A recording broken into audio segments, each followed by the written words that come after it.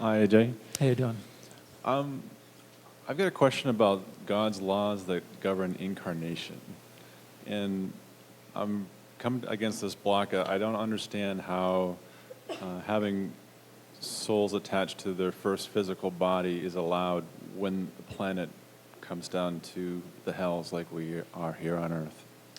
Sorry, I don't understand the question, Scott, because souls aren't attached to their first physical bodies.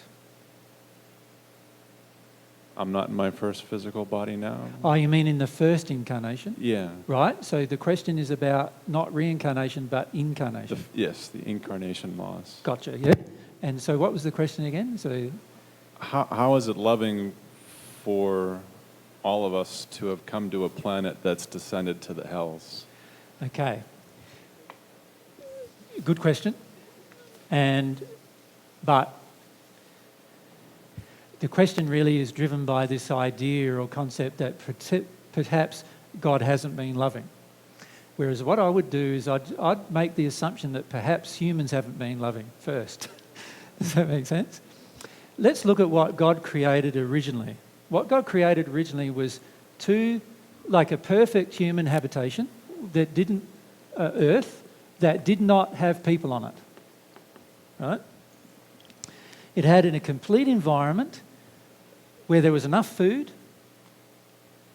the appropriate systems in terms of weather and all those other systems, the appropriate food production systems and everything were all present before mankind came into existence.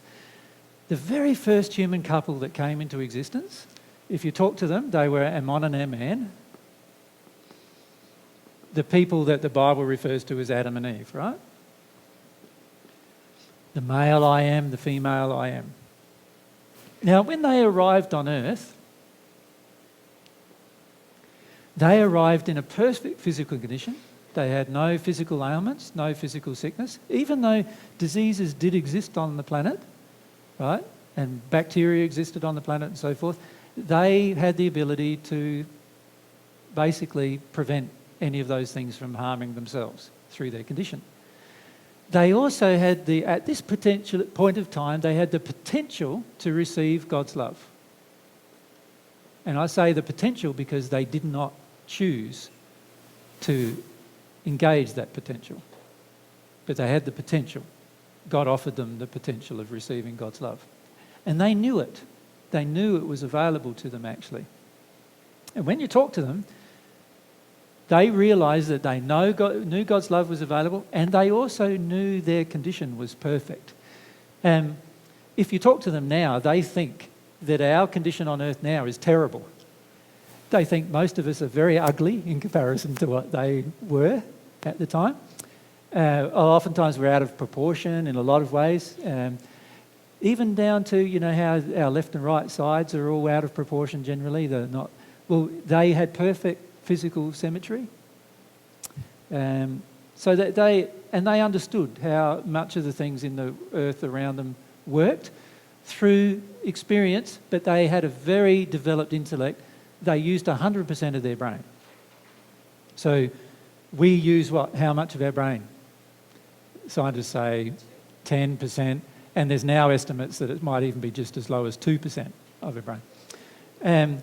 So yeah, how about that? But they used 100% of their brain, so they had the ability to reason logically and with clarity much more than we did at the time. Now, the problem that it was is they became so enamoured with their own condition that they believed that they did not need God's love in order to grow. So a belief inside of them began developing through the condition of arrogance. You see, each of these qualities have to be developed, even if we're in a perfect condition. So God started us off in a perfect condition, the human race, and each of these qualities still have to be developed. They chose to not develop some of these qualities through their choice. As a result of their choice, their condition degraded. As their condition degraded, so too did the condition of their progeny. Now, who is to blame for that occurring? Is God to blame for them making their choice? No. So God gave them the gift of free will.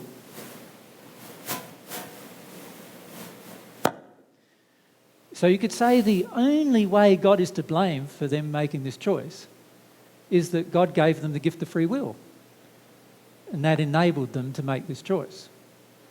If God had never given them the gift of free will, then they wouldn't have been able to make that choice. But then they wouldn't be what we are. They wouldn't be human. They wouldn't be the highest of God's creation. They'd be like an animal, because animals don't have the same kind of choices that we have. So the only way that God is responsible for mankind making the choice is by giving them a gift of free will. And you could say, in a way, that's like me giving you a knife to cut up your veggies. If you go out and stab somebody with that knife, am I responsible for the gift of the knife? If you have free will, surely it's your responsibility how you use that will. Now, the result of that, the use of will out of harmony with love, has ended up with the world we currently have. It's not what God wants us to do, but God honours the fact that we're allowed to choose it. And the fact that new souls, when they incarnate, are a part of that system is unavoidable from God's perspective. Do you understand? And the reason why it's unavoidable is because man made the choice. We could make a different choice. So you and I can make a different choice, but also collectively we can make a different choice. For example, worldwide we could make a choice to never go to war again for any reason, and be willing to die for that choice. In other words, my willingness to not go to war means that somebody else might come and kill me, and I'd be okay with that. I could make that choice. Now, if I made that choice, can you see eventually, if everyone made that choice, we would have a different world, wouldn't we? But it requires everyone making the choice. And the only reason why we have the world that we currently have is because everyone has chosen to make a different choice. A choice to not love. That's the only reason why we have the world we currently have. Now, the problem for us is this. Collectively and also historically, mankind has made the choice to not love. And even right now, many of us in our day-to-day lives are still making the choice to not love. And many times we're not even aware of these choices, but a lot of times we are aware. We know we're making a choice to not love, and yet we still choose it. What we've got to learn to do is to use our will to make a different choice. And in fact, the main reason why Mary and I and others of the 14 came back to Earth is to illustrate to mankind the results of making a different choice. Does that make sense? The main reason why we returned was not we want to show what it's like to make a choice of love in an unloving world. See, a lot of people on earth today believe that it's not possible to make a loving choice in an unloving world. But it is. It is possible. You've just got to have courage, right, to make a different choice. Now, if we make a different choice, we will have an earth that's very, very different. And in future generations, if all of us make a different choice, we can get to the point where not a single child who incarnates onto this planet has any illness, any disease, any problems emotionally, physically, spiritually, or otherwise. Just from our choice. But if we don't have some form of feedback system about our choices, we will make choices that are unloving without any consequence. And we've got to see that the consequences of what we've created now are the results of the previous generation's choices to be unloving. And we've got to see the relationship. So incarnation at the moment is painful. It's a painful process, emotionally painful process. But only because we, humanity collectively, has made the wrong choice. The choice to not be loving. That's the choice we've made. And many of us individually are still making that choice to not be loving. We're still doing it. Right, and we make all sorts of excuses to do it. So, for example, we go to war, your country gone to war, many occasions in the last 20 years. That's a choice. That's collectively driven by all of the people in the country, right? And a lot of times it's driven by the emotions of the people in the country, of fear. Fear that you won't have enough. Fear that your life as you know it will change. Fear, all sorts of fears come up, and that causes us to make choices that are unloving. We can choose differently, but we're going to have courage to choose differently. So the reason why incarnation is at the moment a very painful process is because prior to us and this current generation of people have all made unloving choices. And that's the only reason why incarnation is in the state it currently is at the moment. It could be different, but it's going to involve us seeing the results of the choices we have collectively made and collectively deciding to change those choices. It also requires that we individually desire to change even when others don't want to. See, the majority of us don't want to do that. What we want is for everybody to change, and then I'll change. And what I'm suggesting to you is you change and show everybody how to change. Show everybody that you can love in an unloving world. You can use your will in harmony with love every single time. Show people through your example that you can do that. That will be the start of the change.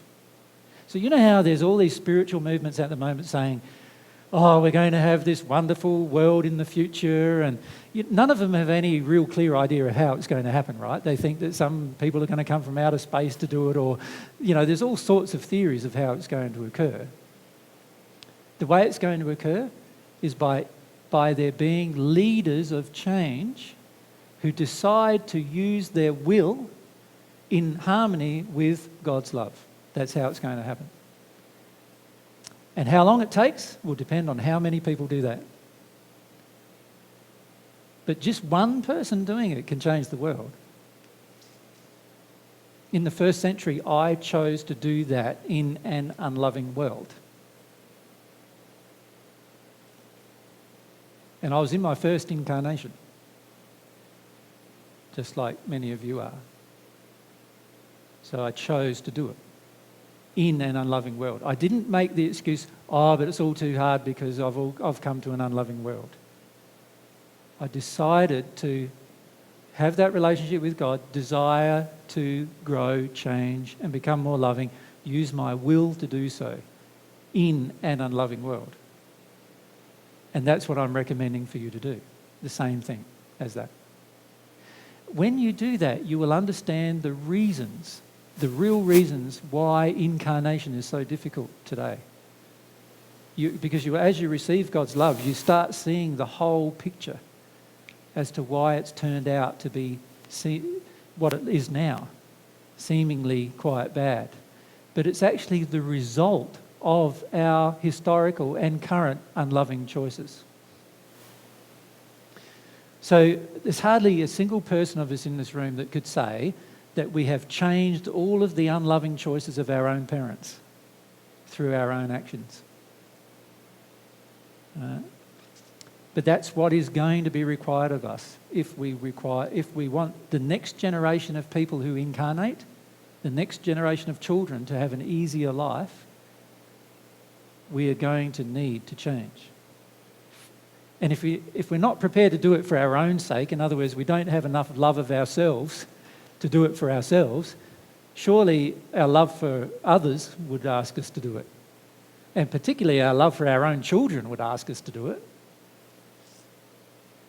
And if we can't do it for the sake of our own children, I doubt whether we're going to do it for any reason.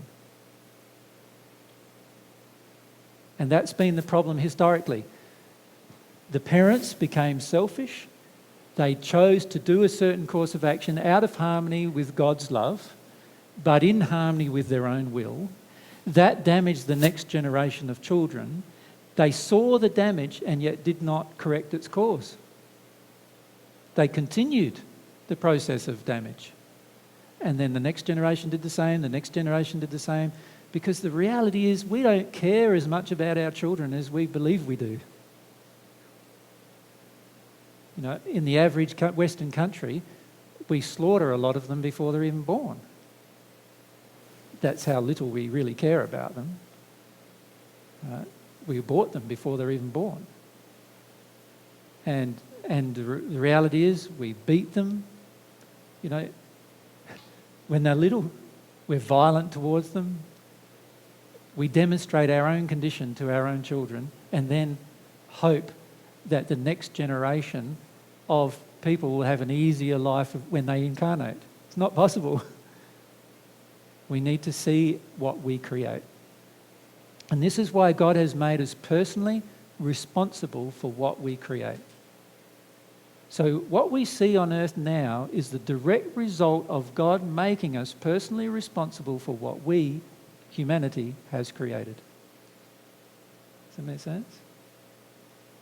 And when we incarnate, if our parents really loved us, they would not have chosen to impose their own emotional burdens and unloving condition on us. They would have made the choice to change. But they didn't. And so we're left with what we have. But we can make the choice to change.